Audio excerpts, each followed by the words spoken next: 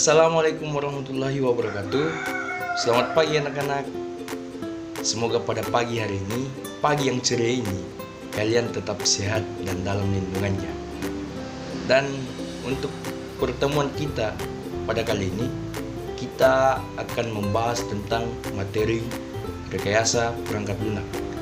Nah, adapun tujuan dari pembelajaran kita pada hari ini adalah yaitu kita dapat mengetahui apa pengertian dari rekayasa perangkat lunak.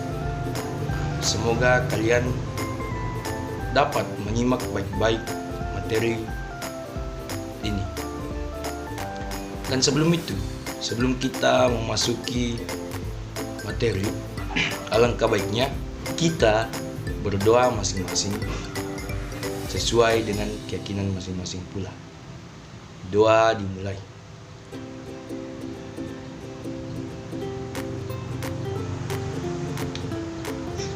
Selesai. Rekayasa perangkat lunak. Selanjutnya, pengertian rekayasa perangkat lunak. Apa sih pengertian rekayasa perangkat lunak? Rekayasa perangkat lunak atau dalam bahasa Inggris software engineering adalah satu bidang profesi yang mendalami cara-cara pengembangan perangkat lunak, termasuk pembuatan, pemeliharaan, manajemen organisasi, pengembangan perangkat lunak, dan manajemen kualitas. Rekayasa perangkat lunak juga sebagai penerapan suatu pendekatan yang sistematis atau terstruktur, disiplin, dan juga terkuantifikasi atas pengembangan, penggunaan, dan pemeliharaan perangkat lunak. Sejarah singkat rekayasa perangkat lunak itu berkembang sejak pertama kali diciptakan pada tahun 1940-an hingga kini.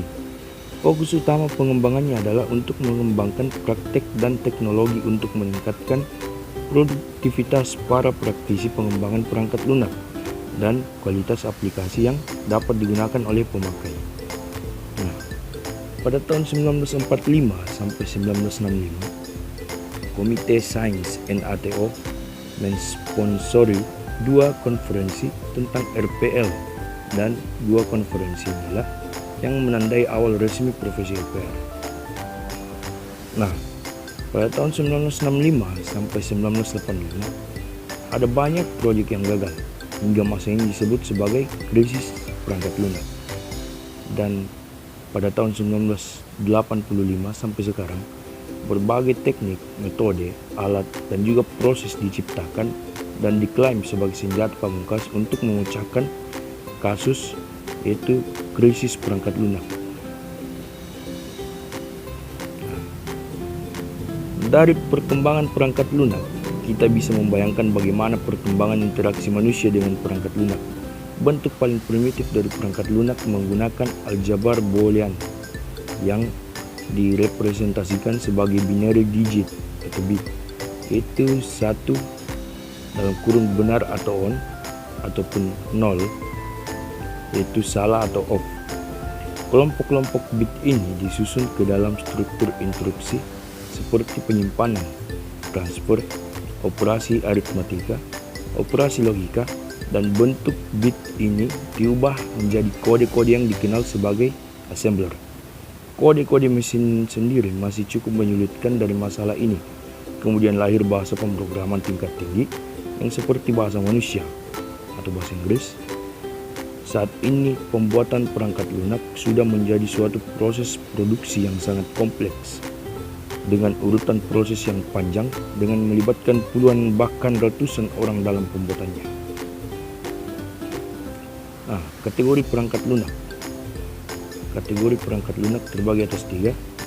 Yang pertama ada operation system, yang kedua language software, yang ketiga application software. Operation system adalah program yang ditulis untuk mengendalikan dan mengkoordinasikan kegiatan dari sistem komputer. Sedangkan language software adalah program yang digunakan untuk menerjemahkan instruksi-instruksi yang ditulis dalam bahasa pemrograman ke dalam bahasa mesin supaya dapat dimengerti oleh komputer. Ketiga, ada application software. Program yang ditulis dan diterjemahkan oleh language software untuk menyelesaikan aplikasi tertentu. Evolusi perangkat lunak. Era pioner. Perangkat lunak merupakan satu kesatuan dengan perangkat kerasnya. Penggunaan komputer dilakukan secara langsung dan hasil yang selesai dikerjakan komputer berupa printout. Proses dilakukan di dalam komputer berupa baris instruksi yang secara berurutan diproses.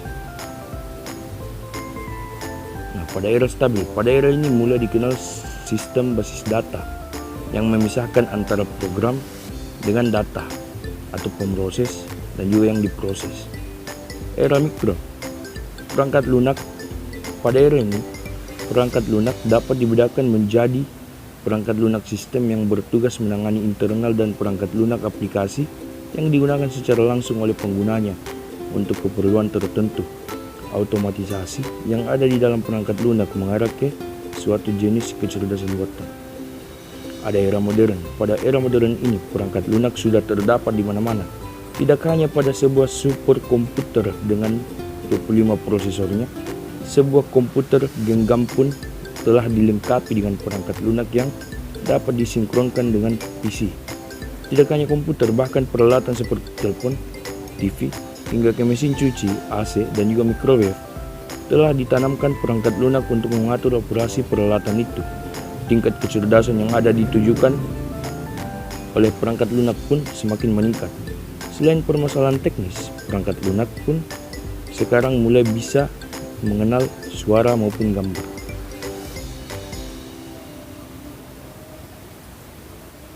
Nah, terima kasih. Itulah materi tentang RPL tadi. Itulah materi atau pembelajaran kita hari ini.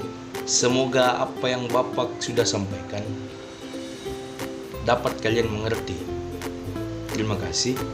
Dan sebelum kita menutup perjumpaan kita pada pagi kali ini, Bapak telah membagi beberapa kelompok dan Bapak telah menyiapkan beberapa tugas tiap-tiap kelompok. Kalau begitu, saya tutup perjumpaan kita kali ini dengan mengucapkan Assalamualaikum warahmatullahi wabarakatuh. Terima kasih.